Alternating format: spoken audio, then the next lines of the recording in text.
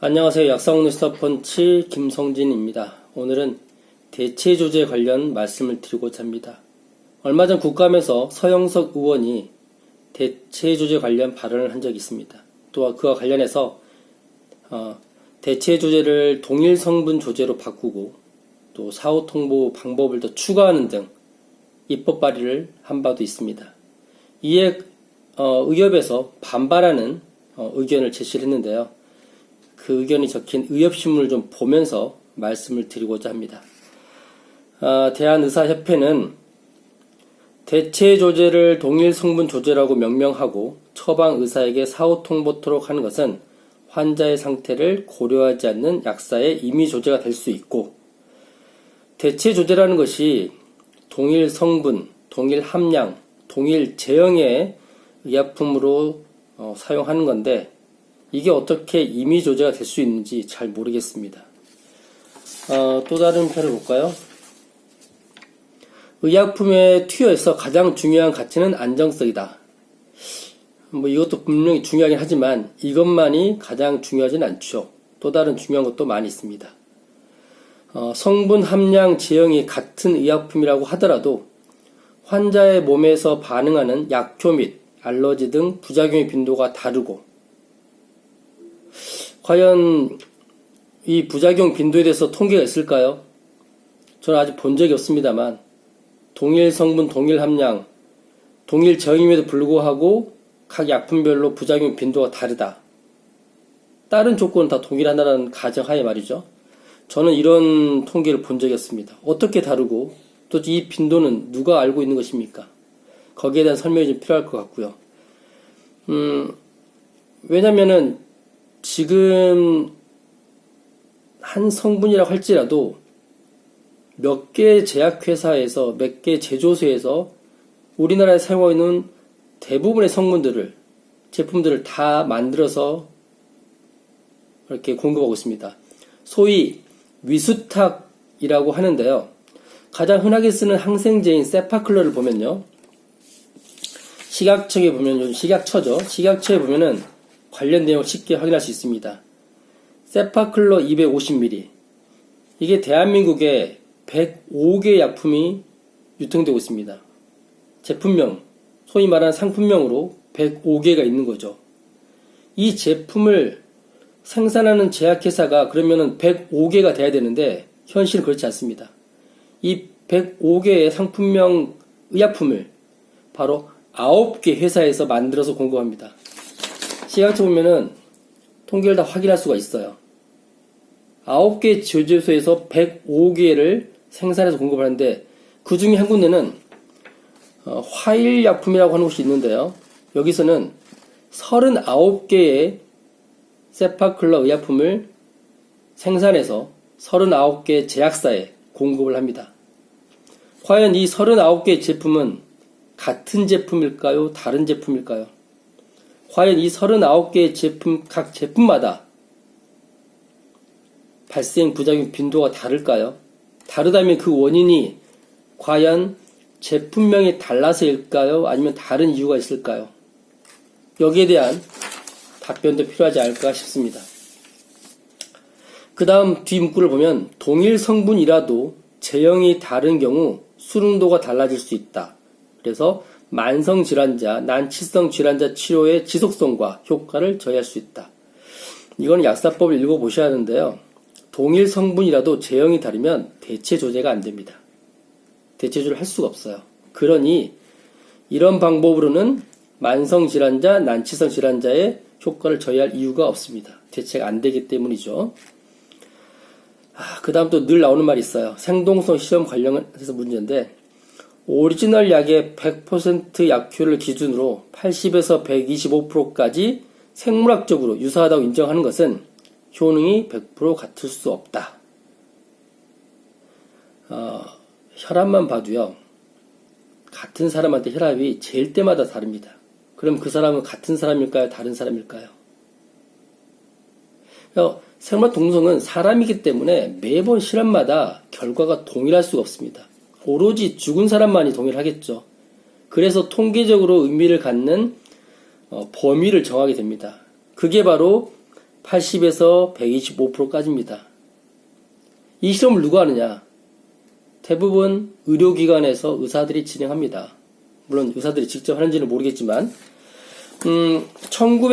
2019년 의약품 임상시험 기본 계획이 있습니다. 여기 보면 이 임상실험 하는 의료기관들이 나와요. 임상시험 실시 기관이 총 189개인데 모두 병원입니다. 동료 의사들이 생동성 시험을 다 하고 있어요. 그리고 그 등급도면 대부분 다 우수하거나 양호하거나 합니다. 잘하고 있다는 얘기죠. 이런 의료기관에서 80에서 125% 사이에 생동성 시험을 해서 적합 판정을 하는 겁니다. 의사를 안 믿으면은 누구를 믿겠습니까? 그래서 계속 볼까요? 또 한 가지 나오는 것은 이런 거죠. 항상 나오는 말입니다.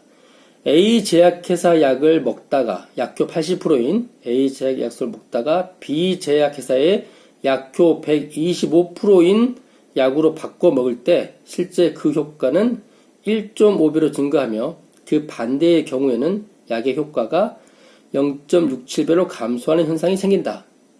그러면 지금 사용하고 있는 의약품은 몇 프로짜리입니까?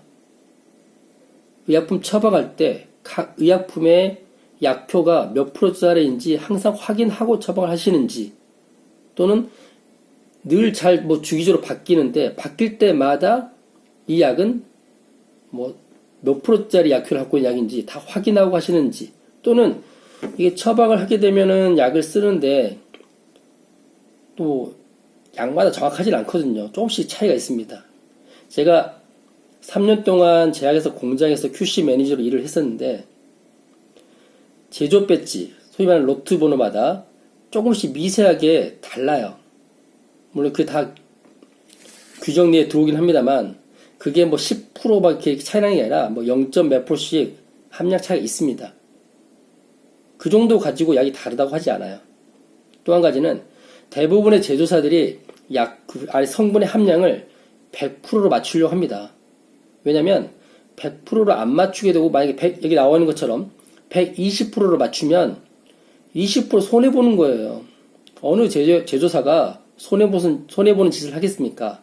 그런데 일부 의약품 성분 같은 경우는 100%보다 높이는 경향이 있습니다. 왜냐면 그 유효기간, 사용기한 때문에 그래요.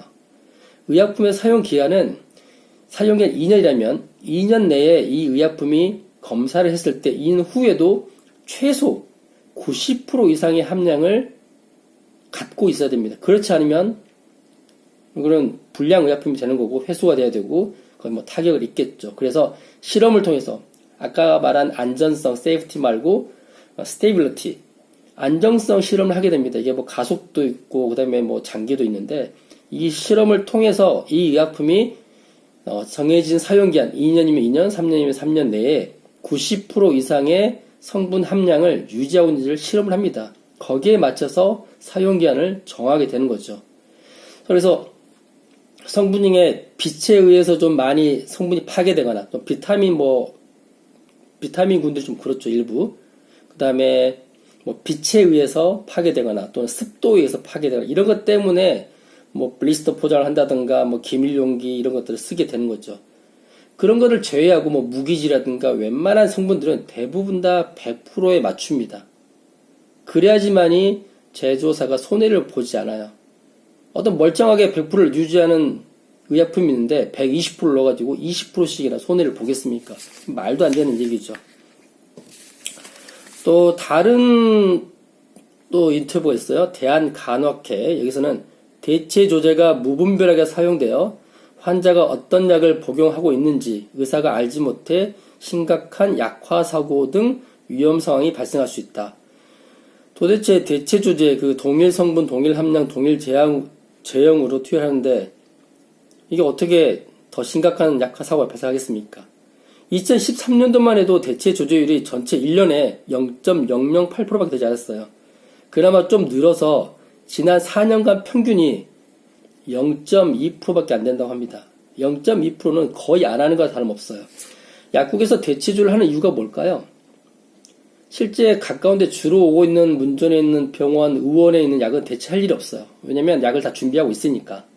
하지만 대체조를 하는 이유는 가까운 병원이 아닌 멀리서 오는 환자들이 뭐 어떤 이유가 있겠죠. 뭐 깜빡하고 왔다든가, 뭐 자기 집 근처에 줄 왔다든가, 이런 환자들의 처방전이 실제 그 상품명이 없는 경우가 많습니다.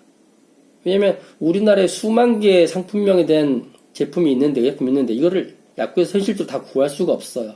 그래서 대부분 가까이 있는 병원, 약 위주로 약을 준비하게 됩니다. 그러면 결국에 대체적인 게 뭐냐면, 멀리서 온 처방전, 대부분 단골들이 오죠. 단골들이 뭐 이 약국에 뭐 안면 있고 친하니까 오는데, 그 멀리서 오는 처방전의 상품명으로 있는 제품이 없기 때문에 그와 동일 성분, 동일 함량, 동일 제형을 가지고 있는 인근에서 의사 선생님들이 쓰고 있는 그 약으로 대체를 하는 것입니다. 주변에서 쓰고 있지도 않는 의약품을 대체 조제하지 않아요. 그래서 사실 대체 조제는 다르게 보면은 동료 의사들이 사용하고 있는 의약품으로 멀리 있는 의사들의 처방전에 대해서 대체를 하는 것과 동일합니다. 그래서 대체 조제는 지금보다 훨씬 더 간소화되어야 되고, 그리고 또 대체 조제는 생물학적 동등성 내에서만 가능하기 때문에 사실은 그렇게 문제가 있는 약들이 아닙니다. 그래서 대체 조제는 지금보다 간소화돼야 되고, 또 한 가지 대체 조제는 좀 더 확대될 필요가 있습니다. 확대가 되더라도 다시 말씀드리지만 가까이 있는 의원들의 약을 대체할 일은 없습니다. 다시 한번 보건복지부라든가 의협에서는 상식적인 수준에서 생각을 해주시고 대체조제 입법 발의에 대해서 전향적으로 협조를 하셨으면 좋겠습니다. 이상 약성시사펀치 김성진이었습니다.